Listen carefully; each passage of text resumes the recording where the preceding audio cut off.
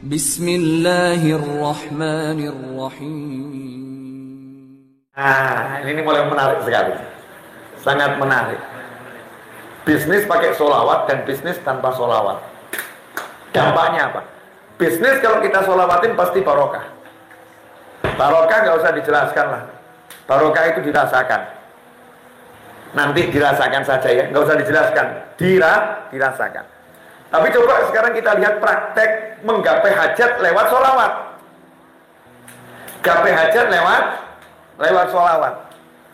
Kalau orang sholawat tadi menjadi pusat perhatian malaikat, pusat perhatian anbiya wal mursalin, pusat perhatian tumbuhan, pusat perhatian batu, pusat perhatian alam. Karena begitu dia sholawat, Allah sholawat sama dia, Allah ngasih rahmat. Allah ngasih rahmat itu berarti meja di sampingnya jadi rahmat. Karena kalau bilang Allah ngasih rahmat, semua di sekitar kita ini jadi rahmat. Karena semua ciptaannya Allah subhanahu wa ta'ala jadi rahmat. Lah kalau udah semua ini bersama kita jadi rahmat, kemudian kita bilang, ya Allah aku pengen mobil itu. Ini yang bersama kita langsung ke mobil tadi. Alam ini akan membuat kita dengan izin Allah Ta'ala mendapatkan mobil tersebut. Kenapa? Rahmah. Yang kerja rahmat. Semuanya jadi mudah. Nah cuman masalahnya sekarang ini diajarin sholawat gitu, apa ya, masa sih? Mana mungkin? Apa bisa? Apa iya? Praktekkan, jangan teori, praktekkan. Tapi ya sholawat. Maksudnya bagaimana? Sholawat itu seperti sholat. Seperti sholat. Adabnya seperti sholat. Orang sholat itu harus dalam keadaan suci hadas kecil dan hadas besar. Maka kalau kita ini masih berhadas besar, junub ya mandi janabah dulu buat yang laki-laki. Nah, buat yang perempuan kalau menstruasi nggak jadi masalah, kan nggak bisa toh mensnya suruh pergi nggak bisa. Itu permanen. Tapi kalau bukan menstruasi karena junub ya mandi janabah. Walaupun dalam keadaan junub boleh bersolawat, boleh, bahkan dianjurkan jangan berhenti berzikir. Tapi kalau untuk menggapai hajat tadi loh, mau punya hajat pengen punya rumah, hajat pengen menikah dengan anak seseorang, hajat, ya jangan junub-junub solawat untuk gapai hajat. Nggak pas, nggak serius kamu. Yang serius mandi bersih, wudu, ya pakaian yang berwarna putih, serba harum.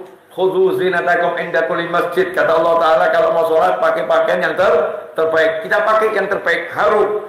Kalau posisinya bisa menghadap kiblat, artinya tidak lagi dalam perjalanan, tidak di kantor, tidak ini, posisinya di tempat yang memang betul untuk ibadah. Entah musola umum atau musola khusus di rumah kita, menghadap kiblat. Duduk dengan khusyuk, kemudian betul-betul menghadirkan Nabi Muhammad SAW dalam hati, dalam pikiran. Cinta kita hadirkan. Bayangkan Rasul ada di hadapan kita, kemudian kita mengucapkan Allahumma sholli wa sallim ala Sayyidina Muhammadin wa ala alihi wa sahbihi, atau apapun sholawatnya, sambil kita mengatakan, ya Allah berkat sholawat ini ya Rabb, tolong hajatku yang satu itu wujudkan dengan mudah. Itu nanti insya Allah antum akan melihat sendiri, ajaibnya luar biasa, ajib pokoknya. Silahkan dipraktekkan. Makanya orang dulu ngajak praktek sholawat nariyah 4.444 kali. Bib, kok banyak betul ya Bib ya. Bisa dikorting nggak Bib? Ada diskon nggak untuk nariyah ini? Boleh nggak diangsur? Ya saya selalu jawab, kalau kamu diskon nanti hajatnya juga didiskon. Kalau kamu angsur nanti hajatnya juga datangnya berangsur. Yang punya semangat gitu loh, untuk gaji 1 bulan suruh masuk tiap hari pagi sampai sore, dikasihnya baru nanti bulan depan itu aja dijalani. Ini bukan disuruh dari pagi sampai sore, duduk baca 4.444 kali. Kalau kamu udah terbiasa, cepet itu akan cepat, sebentar, tapi hajatmu akan tercapai dengan karunia Allah Subhanahu wa Ta'ala. Ada yang nanya lagi, Beb, nah caranya nanti gimana? Waduh, perlu dipahami. Yang mau ngasih saya atau Allah? Allah. Kamu bisa tahu caranya Allah ngasih? Gak bisa. Allah udah bilang, wa yarzuqhu min haitsu la yahtasib. Siapa takwa sama Allah, yaj'al lahu makhraja, aku beri dia solusi. Wa yarzuqhu, dan aku akan beri dia rezeki min haitsu la yahtasib. Caranya surprise, dia nggak bakal tahu. Kalau bahasa kita, caranya itu nanti buat dia akan terkejut terus. Diperhitungkan begini, munculnya begini. Diperhitungkan begini, munculnya begini. Karena Allah bilang min haitsu la yahtasib. Nggak mungkin bisa kamu perkirakan dengan alat perkiraan model apapun. Kamu punya servernya Google untuk memastikan rezekimu dari Allah Ta'ala, nggak mungkin bisa. Karena Allah udah bilang wa yarzuqhu min haitsu la yahtasib. Surprise. Jadi cukup kamu imani, kamu praktekkan dan hidup dengan keyakinan seperti itu, jalani dengan nyaman. Nanti keajaiban akan bleng. Ini yang ngomong bukan orang ahli teori, saya praktek. Ya, dan saya nggak perlu sampaikan hasil-hasil yang saya dapatkan dengan praktek. Ya salah satunya kan hasilnya antum semua mau duduk dengerin saya. Ya, betul kan? Mau duduk dengerin saya. Berapa banyak orang-orang yang pinter, yang sekolah gelarnya tinggi-tinggi seperti yang ada di hadapan saya. Beb Ali dulu? Hah? S1. Apa gelarnya? SE. Mas Riza? S2 tuh, maksudnya S2. Ya, S3 juga kan punya istri tuh. S3 kan S3 ya. Ini di depan saya nih. Saya lulusan SMA. Saya lulusan SMA, nggak pernah kuliah. Nggak pernah kuliah. Tapi alhamdulillah ngajar rektor, ngajar dosen. Kok bisa begitu? Rasanya sholawat. Bawa nih sholawat kemana-mana. Maka saya ajarkan. Jadi nggak usah pakai kebanyakan teori seperti motivator. Buktikan, nggak usah. Ini loh buktinya. Ini buktinya. Tinggal kamu mau tiru nggak? Kalau kamu mau tiru nanti dapat hasil yang lebih. Kalau kamu lebih giat, ya lebih ikhlas, kamu akan dapat hasil yang lebih. Akhirat pasti. Dunia jangan nanya kamu. Ngikut itu sama orang yang ahli sholawat. Buktinya lihat tuh para habaib, para kiai yang ahli sholawat itu. Dan nggak usah jauh-jauh lah. Habib Syekh bin Abdul Qadir As-Segaf Solo tuh. Nah coba lihat itu rumahnya seperti apa. Urusan duit ya, bagaimana? Kemudian dicintai orang seperti apa? Habib Syekh itu apa dicintai orang gara-gara beliau tampan gitu. Nah, kalau tampan saya sama beliau ya udah lah ya. Ya boleh ditaruh berjejer gitu Beb ya, berjejer nanti suruh ada penalis kira-kira iya gimana gitu. Adu tampan kita berani, tapi kalau adu sholawat saya mundur saya. Beliau sholawat jauh lebih banyak ya, jauh lebih hebat, saya mundur.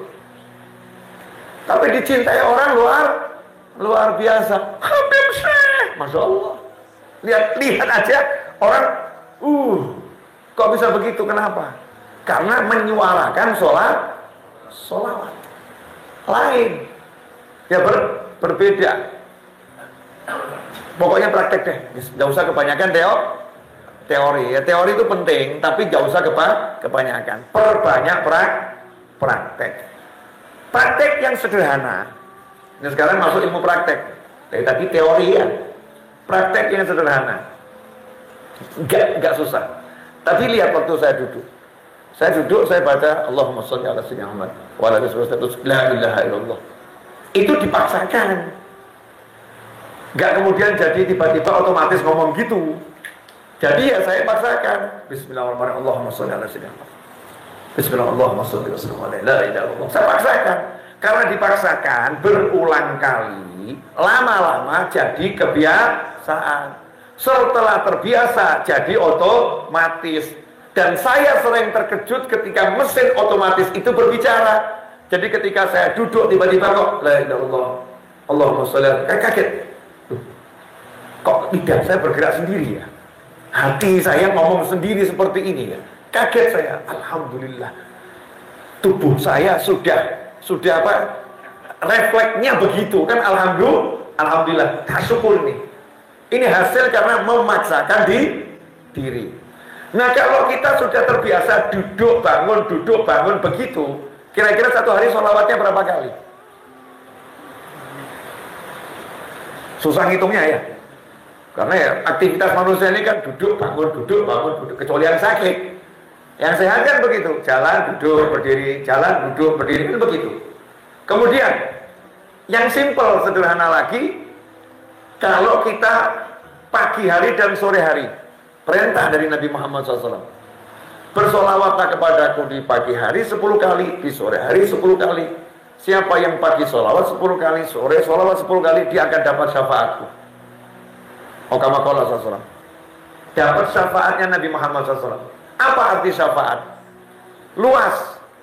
Bahasa Indonesianya syafaat itu pembelaan. Pembelaan.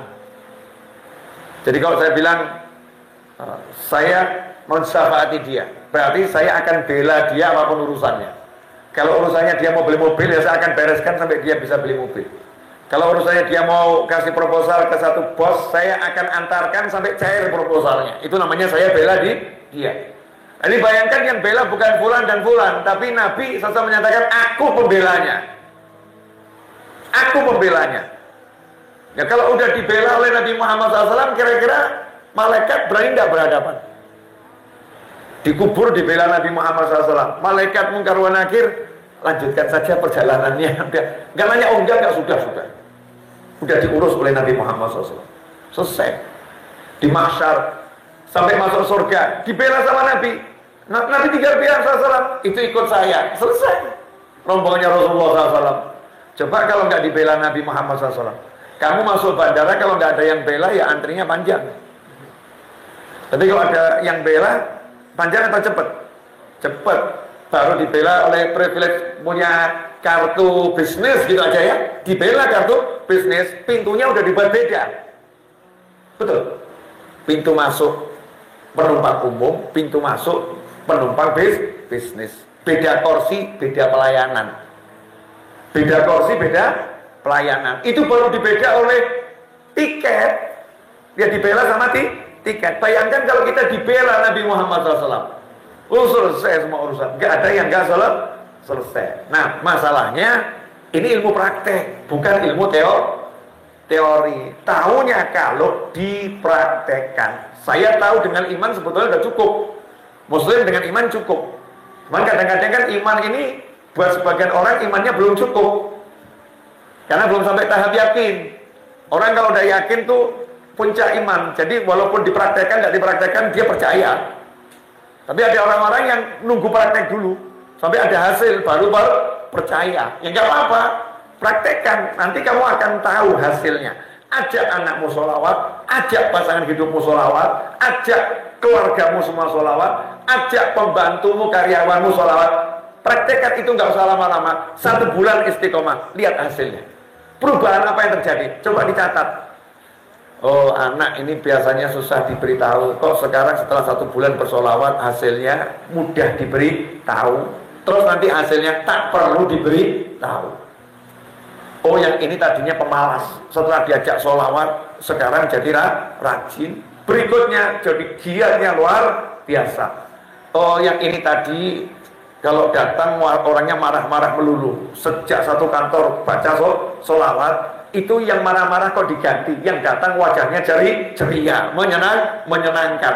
Oh, kita akan terkejut kaget. Begitu banyak perubahan yang terjadi setelah kita istiqomah, yang menjalani apa yang diperintahkan oleh Allah Subhanahu wa Ta'ala. Karena sholawat itu bukan anjuran, tapi perintah langsung dari Allah Ta'ala, di mana Allah mewahyukan, Innallaha wa malaikatahu yusalluna 'alan nabi ya ayyuhalladzina amanu sallu 'alaihi wa sallimu taslima. Allahumma shalli wa sallim wa barik alaihi. Mari kita tutup dengan praktek. Kita sama-sama bersolawat. Mas Seto, dicek berapa menit? Ya, 1 jam 6 menit. Yakin?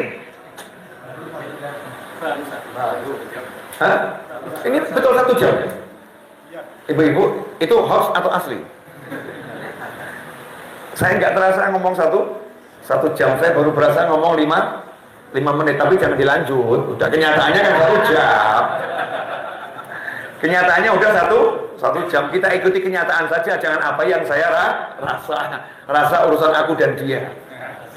Ya, ini prakteknya udah 1 jam lewat, ya udah cukup ya. Kita sekarang praktek sholawat 10 kali. Yang simple, bisa dibaca siapapun dan kapanpun ya. Yang menstruasi baca nggak apa-apa. Tadi saya bilang kalau punya hajat, ya yang serius gitu loh.